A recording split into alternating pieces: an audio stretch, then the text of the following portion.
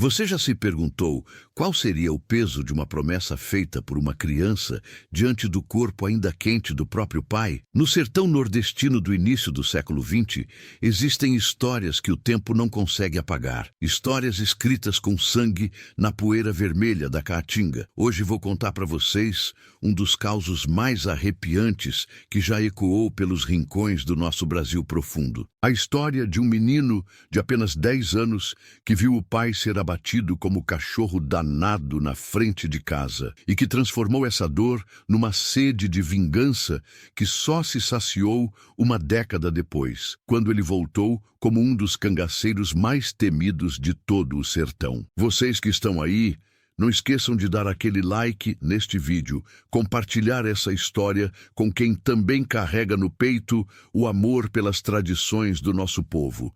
Deixar nos comentários qual causo vocês gostariam de ouvir por aqui e se inscrever no canal para não perder nenhuma dessas lendas que ainda fazem o coração bater mais forte. Porque no mundo de hoje, onde a justiça anda de bengala e chega sempre atrasada, é bom lembrar que houve um tempo em que ela cavalgava a galope e não errava o alvo. Peguem uma cadeira, se acomodem e deixem que eu os leve de volta a esse Brasil onde a palavra de um homem valia mais que papel passado em cartório. Esta não é apenas a história de uma vingança.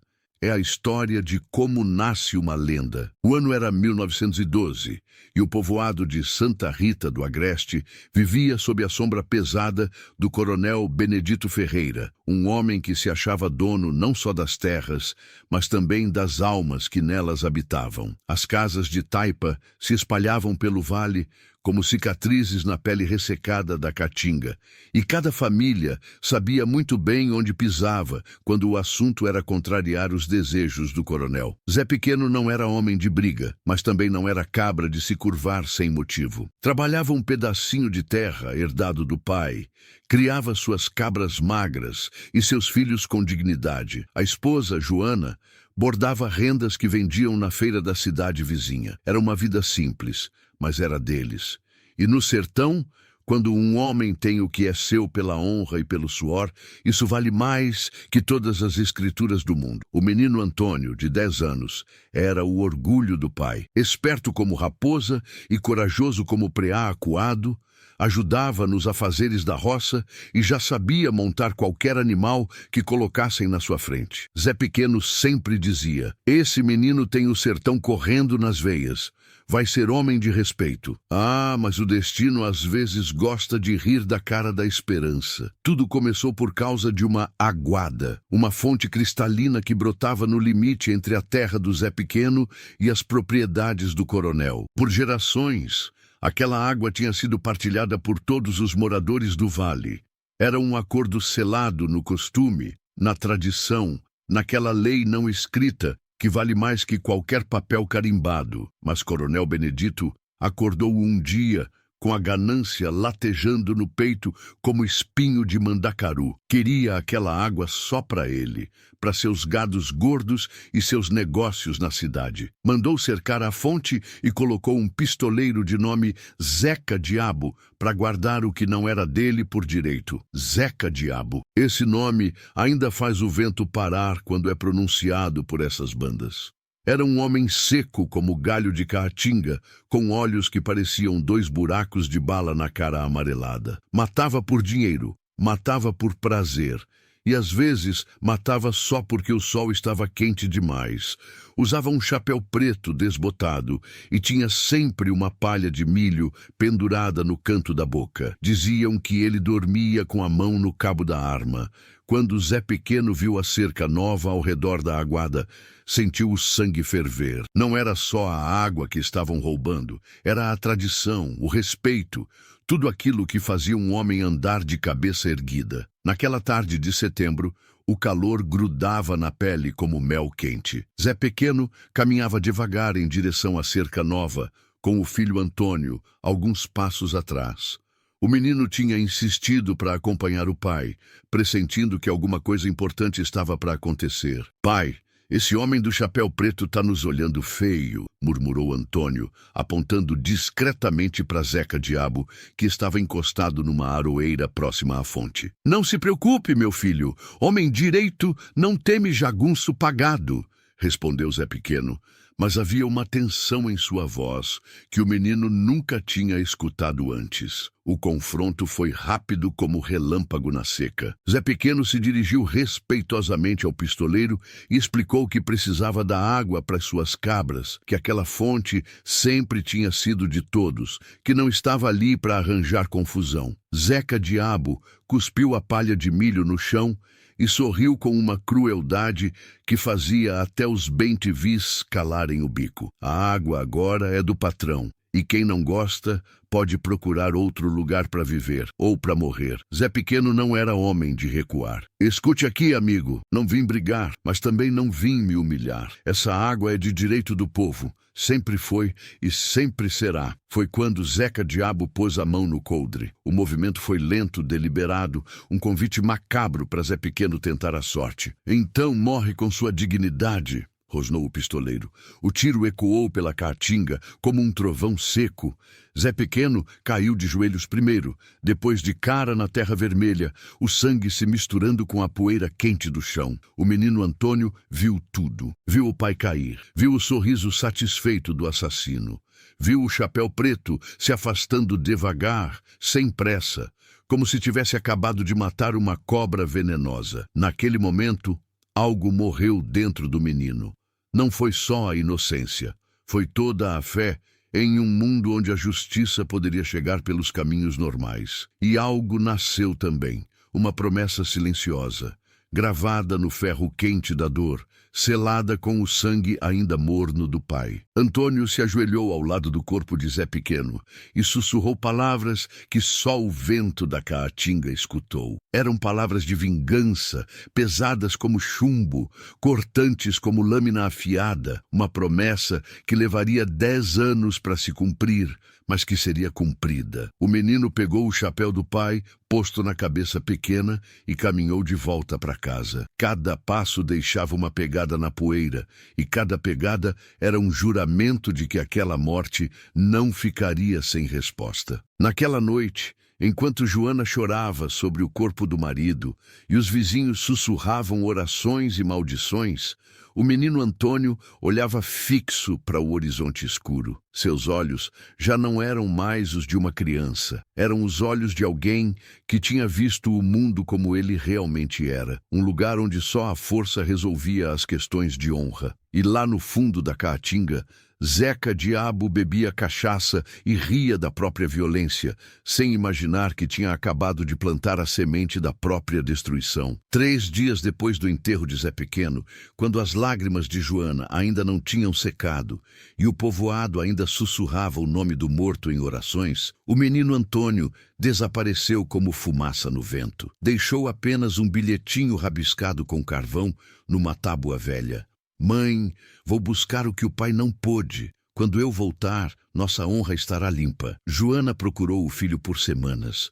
Percorreu cada trilha da caatinga, perguntou a cada vaqueiro, a cada tropeiro que passava pela região. Mas Antônio tinha se transformado numa assombração, num fantasma que caminhava pelas veredas mais perigosas do sertão, procurando algo que só ele sabia o que era. A primeira parada do menino foi na casa de Severino Lamparina, um cangaceiro aposentado que vivia numa gruta escondida na Serra do Jacaré. Diziam que Lamparina tinha matado mais de 40 homens em vida, que conhecia todos os segredos da caatinga e que podia ensinar qualquer um a sobreviver onde nem os bem-te-vis conseguiam fazer ninho. Menino, você tá doido. Isso aqui não é vida para criança, resmungou o velho quando Antônio apareceu na sua porta, magro como vara verde, mas com aquele fogo nos olhos que não se apaga. Não sou mais criança, seu Lamparina. Criança morreu no dia que mataram meu pai. Severino olhou bem dentro daqueles olhos pequenos e viu algo que o fez recuar um passo. Era ódio puro, destilado como a melhor cachaça, envelhecido na dor e temperado com uma sede de justiça que dava medo até em quem já tinha visto de tudo. Tá bem, cabra, Mas se ficar aqui, vai ter que aprender do jeito que eu ensino. E meu jeito não é para frouxo. Durante 2 anos, Antônio viveu como bicho do mato. Aprendeu a rastrear pegadas na terra mais dura, a escutar o silêncio da caatinga e decifrar cada um dos seus sons. Descobriu como se esconder entre as pedras, como caminhar sem fazer barulho, como encontrar água onde só tinha espinho e sol escaldante. Mas principalmente aprendeu a matar. Severino Lamparina ensinou o menino a usar facão, punhal e rifle com uma precisão que fazia inveja aos melhores atiradores do sertão. Antônio praticava todos os dias, desde o nascer até o pôr do sol. Suas mãos pequenas foram se acostumando com o peso das armas. Seus músculos magros foram se enrijecendo como couro curtido, e aquela fúria que fervia no peito foi se transformando numa frieza calculista. "Menino", dizia Lamparina, enquanto via o garoto acertar latas velhas a 50 metros de distância. "Você não está aprendendo só a atirar, está aprendendo a ser a morte. E a morte não tem pressa, não tem medo e nunca erra o alvo." Aos 12 anos, Antônio já era outro. Tinha crescido, mas continuava magro como cipó de aroeira. Os olhos, porém, tinham ganhado uma profundidade assombrada, como se carregassem segredos que pesavam mais que todo o chumbo do mundo. E carregavam mesmo. Foi quando chegou a hora de partir para a segunda escola, a do cangaceiro Antônio Silvino, que naquela época ainda cavalgava livre pelos sertões de Pernambuco e Paraíba. Encontrar Silvino não foi fácil. Antônio passou meses seguindo rastros falsos, pistas perdidas, histórias contadas pela metade, mas a determinação do menino era como enchente de rio. Destruía qualquer obstáculo que aparecesse pela frente. Quando finalmente chegou ao acampamento do famoso cangaceiro, numa gruta perdida na chapada do Araripe, Antônio estava transformado. 15 anos, mas com a dureza de homem feito, o olhar frio como metal e uma forma de andar que fazia qualquer um dar passagem. "E você é quem mesmo, cabra?" perguntou Silvino, desconfiado daquele rapaz que tinha conseguido chegar até seu esconderijo sem ser detectado pelos vigias. "Sou filho de Zé Pequeno, que morreu por defender o direito do povo à água, e vim aprender com o senhor como se faz justiça neste mundo de cachorros danados." Antônio Silvino era conhecido por ser um homem de código, um cangaceiro que respeitava a tradição e tinha suas próprias regras de honra. Quando escutou a história do menino, sentiu algo mexer no peito encouraçado. "Menino, vingança é prato que se come frio. Se você realmente quer justiça, vai ter que aprender não só a matar, mas quando matar, como matar e principalmente por que matar." Os 3 anos seguintes foram a verdadeira universidade do jovem Antônio. Com o bando de Silvino, ele aprendeu estratégia, táticas de guerrilha, como planejar um ataque e como desaparecer sem deixar rastro. Aprendeu também sobre o código do cangaço: nunca atacar quem não merecesse, proteger as mulheres e crianças, respeitar os homens de honra e eliminar sem piedade os covardes e tiranos. Mais importante ainda, aprendeu a ler pessoas, a olhar nos olhos de um homem e saber se ele era cabra para enfrentar ou víbora para pisar. Essa habilidade seria fundamental quando chegasse a hora do acerto de contas. Durante esses anos todos, Antônio nunca esqueceu do rosto de Zeca Diabo. Todas as noites, antes de dormir, fechava os olhos e revia a cena do assassinato do pai. Todos os dias, ao acordar, tocava no cabo da faca que trazia na cintura e fazia a mesma promessa silenciosa. As notícias do povoado natal chegavam pelos tropeiros e mascates que cruzavam os sertões. Zeca Diabo tinha prosperado. Agora era braço direito do coronel Benedito, controlava várias fazendas e tinha fama de ser um dos pistoleiros mais temidos da região. Tinha construído uma casa grande, casado com uma mulher da cidade, e se considerava um homem respeitado.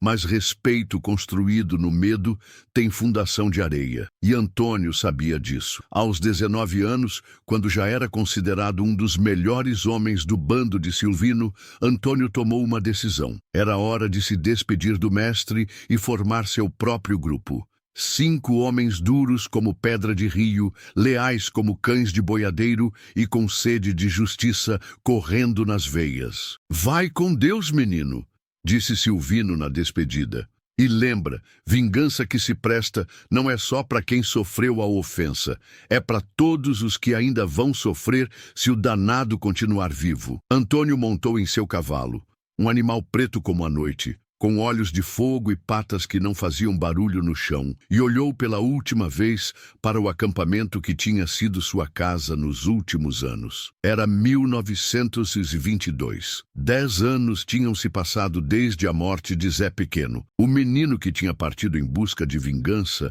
agora voltava como um homem feito, endurecido pela caatinga, afiado pela necessidade e carregando nas costas a reputação de ser um dos cangaceiros mais temidos de todo o Nordeste. O nome dele corria de boca em boca pelos sertões: Antônio Pequeno, em homenagem ao pai morto, mas pequeno só no nome, porque na realidade ele tinha se tornado uma tempestade humana, um vendaval de justiça que estava prestes a desabar sobre quem tinha plantado a primeira semente da violência. E lá no povoado de Santa Rita do Agreste, Zeca Diabo continuava bebendo sua cachaça e rindo de suas maldades, sem saber que a morte montava um cavalo preto e vinha cavalgando na sua direção. Era uma manhã de outubro quando os primeiros sinais apareceram. Dona Maria do Carmo, que vendia rapadura na pracinha do povoado, foi a primeira a ver os 5 cavaleiros parados na entrada da cidade. Eram homens diferentes de todos os que já tinham pisado naquela terra. Vestiam roupas de couro curtido, traziam chapéus de abas largas puxadas sobre os olhos, e havia algo na postura deles que fazia o sangue gelar nas veias. "Meu Jesus", murmurou a velha, benzendo-se 3 vezes seguidas. "Parecem que vieram do além." O líder do grupo era um homem de estatura mediana, magro como vara de pescar, mas com uma presença que preenchia o horizonte inteiro. Montava um cavalo preto que parecia ter saído das profundezas do inferno e trazia no peito um lenço vermelho que tremulava no vento como bandeira de guerra. Vocês que estão acompanhando esta história, não esqueçam de curtir este vídeo para ajudar o canal a crescer, compartilhar com aqueles amigos que também sentem no peito a saudade desses tempos de homens de palavra e deixar nos comentários: vocês acreditam que existem feridas que só a justiça do sertão consegue curar? Se inscrever no canal é garantir que essas lendas continuem vivas na memória do nosso povo. Os 5 cangaceiros desceram devagar na rua principal e cada passo dos cavalos ecoava como tambor de procissão. O povoado inteiro parou para olhar. Mulheres se esconderam atrás das portas entreabertas.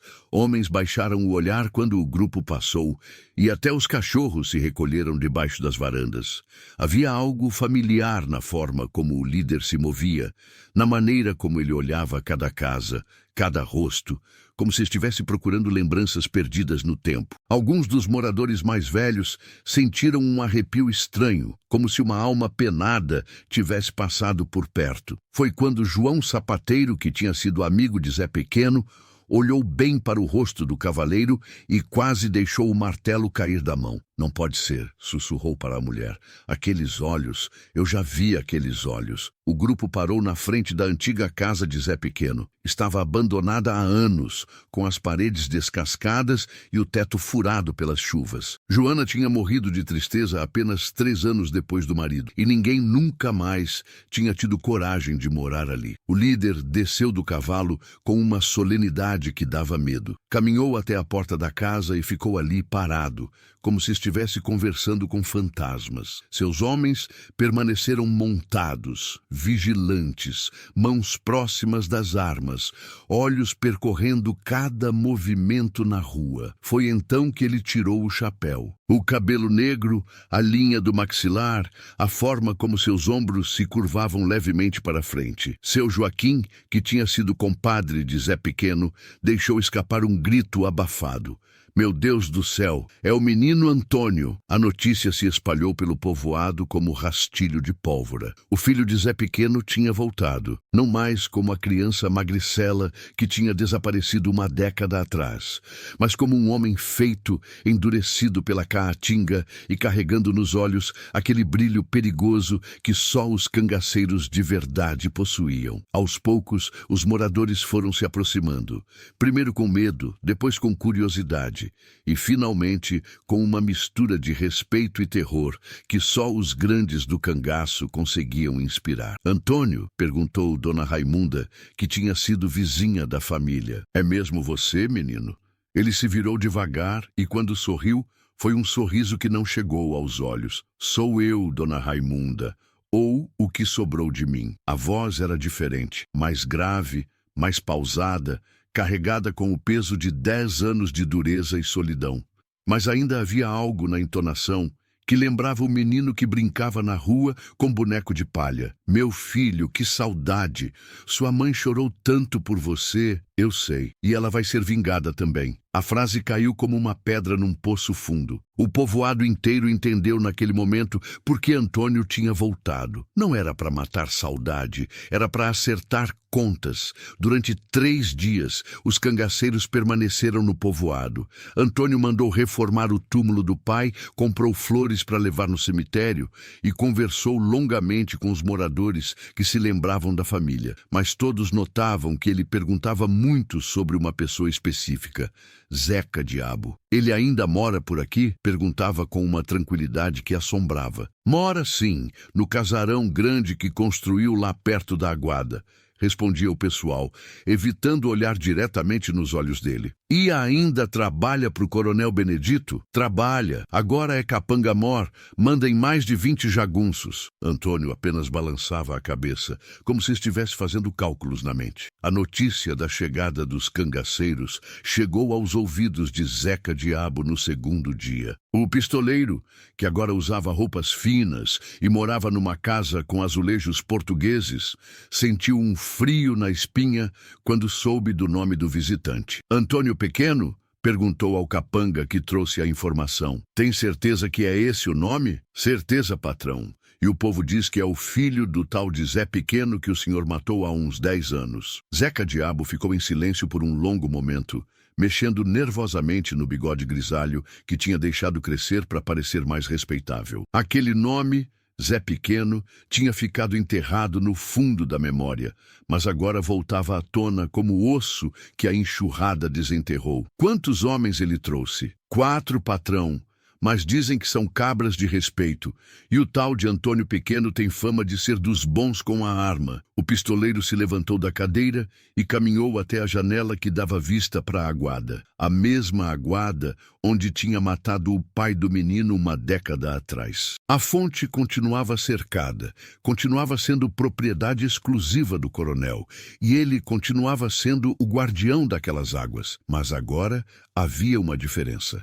Agora, ele sabia que alguém tinha voltado para cobrar uma dívida muito antiga. Manda buscar os homens, ordenou Zeca Diabo, todos eles, e manda avisar o coronel que pode ter problema por aqui. Naquela noite, enquanto Zeca Diabo reunia seus jagunços e planejava a defesa, Antônio estava ajoelhado ao lado do túmulo do pai. Havia trazido flores silvestres da caatinga e uma vela que tremeluzia no vento fresco da noite. Pai, sussurrou para o silêncio do cemitério, demorei, mas cheguei, e vim com ferro na cintura e fogo no peito. A conta vai ser paga com juros. Levantou-se, colocou o chapéu na cabeça e caminhou de volta para a casa abandonada onde tinha passado os últimos dias. Seus homens o esperavam em silêncio, limpando as armas e conferindo a munição. Amanhã, disse Antônio numa voz que cortava o ar como navalha. Vamos lembrar esse povo do que acontece quando se mata um homem de bem na frente do próprio filho. O vento da caatinga soprava forte naquela noite, trazendo o cheiro de chuva distante e de pólvora por vir. Era como se até a natureza soubesse que algo definitivo estava prestes a acontecer. No casarão de azulejos portugueses, Zeca Diabo não conseguia dormir. Cada ruído da noite lhe parecia um passo se aproximando. Cada rajada de vento soava como o galope de cavalos fantasmas. E lá no cemitério, uma vela continuava acesa sobre um túmulo, testemunha silenciosa de uma promessa que estava prestes a se cumprir. O sol mal tinha nascido quando Antônio Pequeno mandou um recado para Zeca Diabo. Não foi uma carta escrita nem um bilhete passado de mão em mão. Foi algo muito mais direto e muito mais ameaçador. João Sapateiro foi o escolhido para levar a mensagem. Chegou na porta do casarão de azulejos, com as pernas tremendo e a voz embargada, mas carregando nas costas o peso de uma tradição que não podia ser quebrada. Seu Zeca, disse ele tirando o chapéu com respeito. Vim trazer um recado do Antônio Pequeno. O pistoleiro estava cercado por seus 20 homens, todos armados até os dentes, todos nervosos como gato em terreiro de galinha. A casa tinha sido transformada numa fortaleza durante a madrugada, com sacos de areia nas janelas e vigias em cada canto. Fala logo, velho! Rosnou Zeca Diabo, a mão direita descansando no cabo da pistola. Ele mandou dizer que você tem até o meio-dia para aparecer sozinho na Aguada, lá onde você matou o pai dele 10 anos atrás. Diz que é para acertar uma conta pendente. O silêncio que se seguiu foi pesado como chumbo derretido. Os jagunços se entreolharam e todos entenderam o que aquilo significava.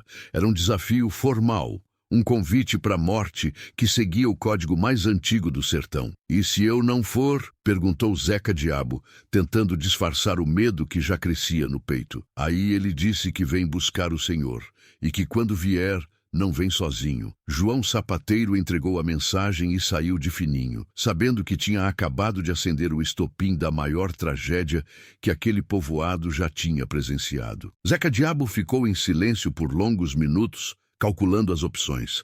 Podia tentar fugir, mas sabia que um cangaceiro da fama de Antônio Pequeno o alcançaria em qualquer lugar do sertão. Podia mandar seus homens atacarem primeiro, mas isso seria uma covardia que mancharia para sempre o pouco de respeito que ainda tinha. Ou podia aceitar o desafio e confiar na própria habilidade com as armas. "Patrão!" sussurrou um dos jagunços. "O senhor não vai mesmo nessa loucura, vai?" "Vou!"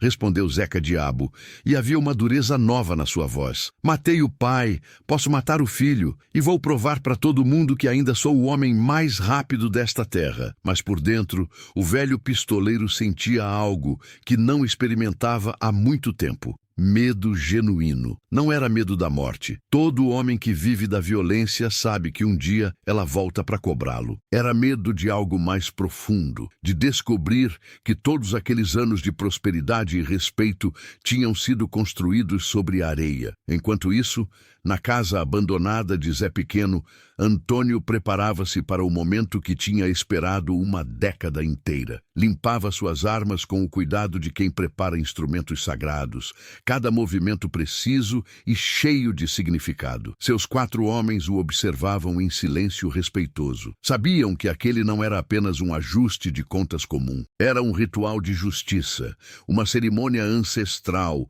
onde a honra de um morto seria finalmente restaurada. "Coronel", disse Zé Baiano, um dos homens do grupo, "o danado pode tentar alguma trapaça. Que tal nós ficarmos de tocaia por perto?" Antônio balançou a cabeça devagar, sem tirar os olhos da pistola que lubrificava. "Não, isso aqui é entre eu e ele. Se eu morrer, vocês cuidam do resto. Mas enquanto eu estiver de pé, essa é minha briga." Havia uma serenidade estranha em Antônio naquela manhã. Não era a calma do homem que tem certeza da vitória, mas a paz profunda de quem finalmente chegou ao destino que perseguia há tanto tempo. Às 11 da manhã, ele se levantou, colocou o chapéu na cabeça e caminhou em direção à porta. Na soleira, virou-se uma última vez para os companheiros. Se algo der errado, Cuidem que meu corpo seja enterrado ao lado do meu pai, e digam para ele que eu tentei. A caminhada até a aguada foi uma procissão silenciosa. Antônio ia na frente, sozinho,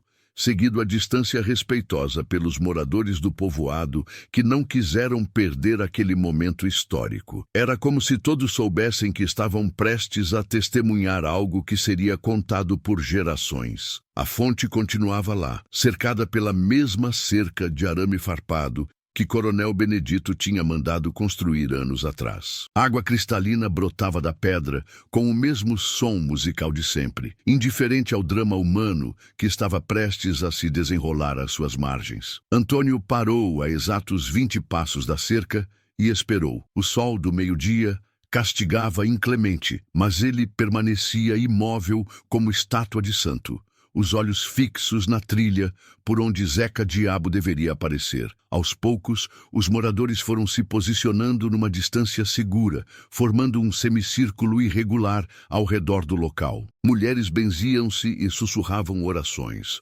Homens tiravam os chapéus em sinal de respeito.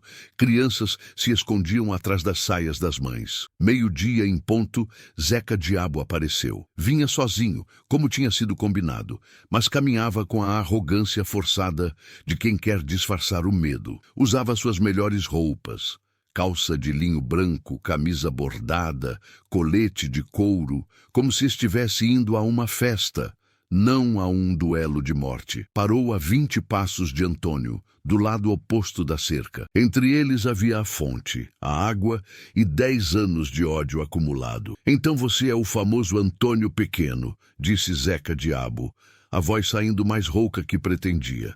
Sou o filho de Zé Pequeno, o menino que você obrigou a crescer antes da hora.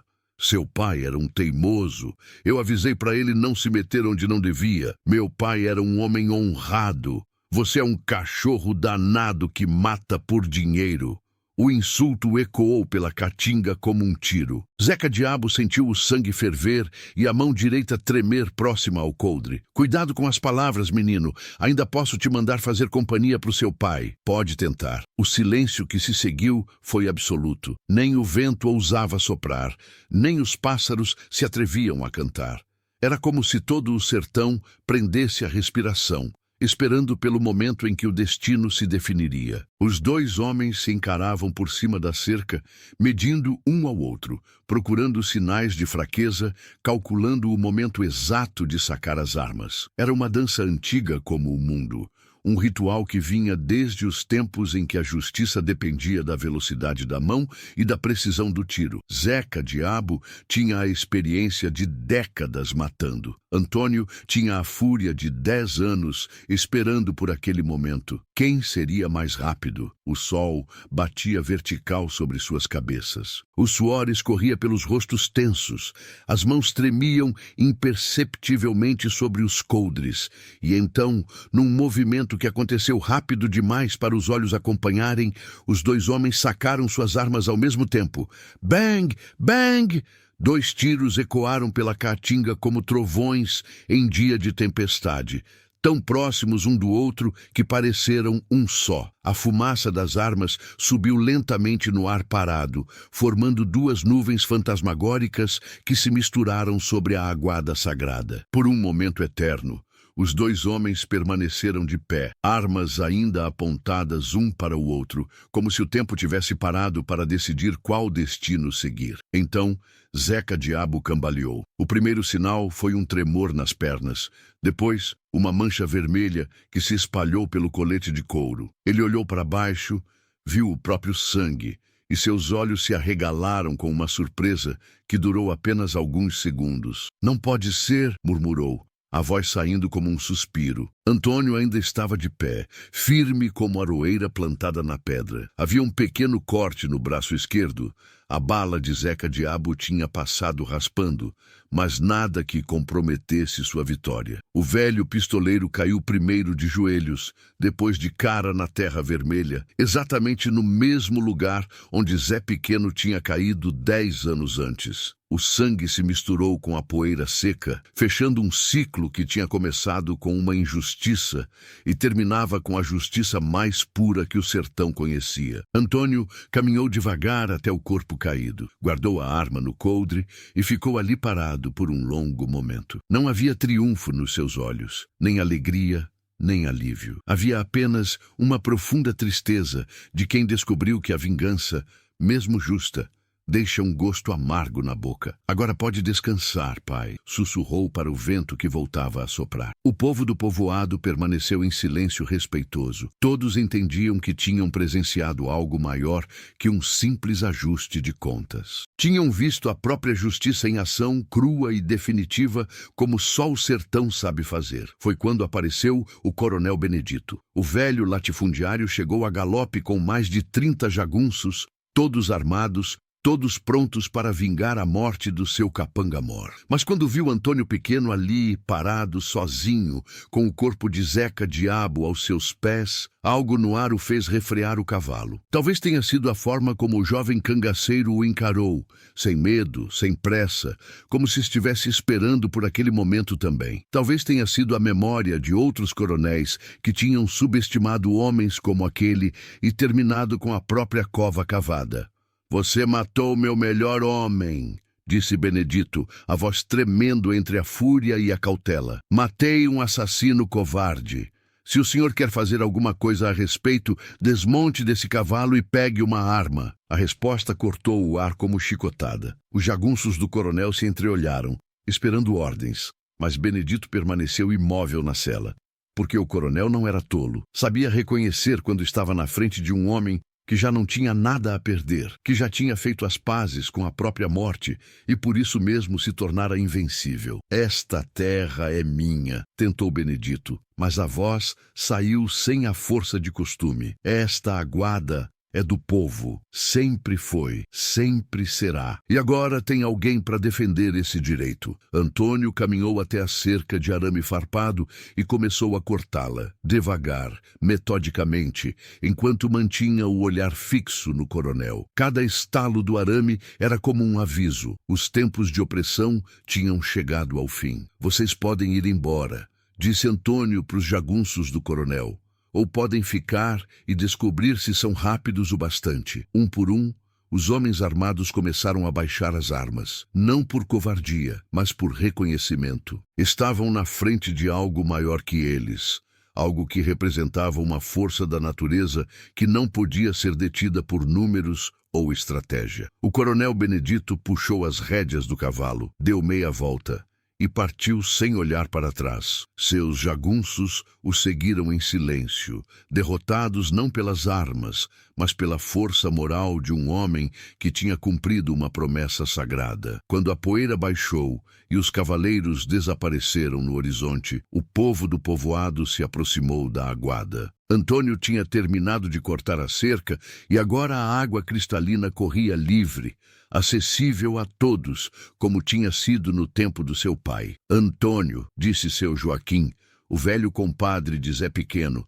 você vai ficar por aqui? O jovem cangaceiro olhou para a casa abandonada onde tinha nascido, para o cemitério onde dormiam seus pais, para a aguada, que agora voltava a ser do povo. Depois, olhou para o horizonte infinito da Caatinga, onde seus homens o esperavam e onde outras injustiças certamente precisariam ser corrigidas. Não, seu Joaquim, minha guerra aqui acabou, mas ainda tem muita gente sofrendo injustiça por este sertão. E enquanto houver coronel achando que pode maltratar gente de bem, vai ter alguém para lembrá-los que a justiça do sertão não falha. Antes de partir, Antônio fez uma última visita ao túmulo do pai. Ajoelhou-se, tirou o chapéu e ficou ali por longos minutos, conversando em silêncio com o morto. Quando se levantou, havia uma paz nos seus olhos que não existia há 10 anos. Pronto, pai, a promessa foi cumprida. Agora o senhor pode descansar que sua honra está limpa. Montou no cavalo preto,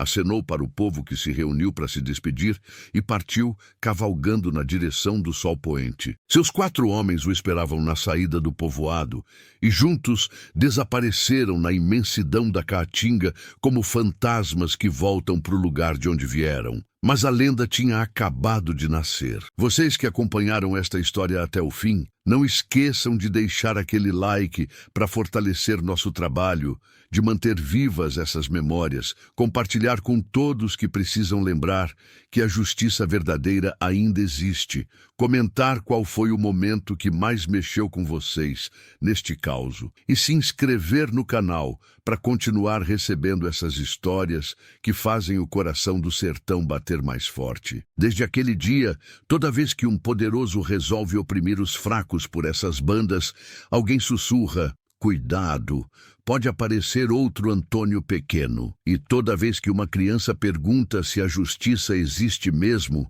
os velhos contam a história do menino que viu o pai morrer e voltou homem feito para acertar as contas.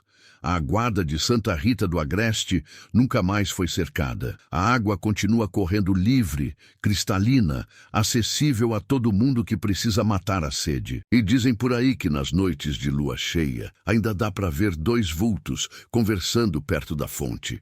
Um homem de idade e um jovem cangaceiro, pai e filho, finalmente reunidos na paz dos justos. Porque no sertão, meus amigos, algumas histórias são maiores que a própria morte. Algumas promessas atravessam décadas. E algumas vinganças se transformam em lendas que o tempo nunca consegue apagar. Esta foi a história de Antônio Pequeno, o menino que cresceu alimentado pelo ódio e se tornou homem através da justiça. Uma lenda que ainda hoje corre de boca em boca pelos rincões do Nordeste, lembrando a todos que, quando a lei dos homens falha, ainda existe a lei do sertão. E essa lei, meus amigos, nunca falha.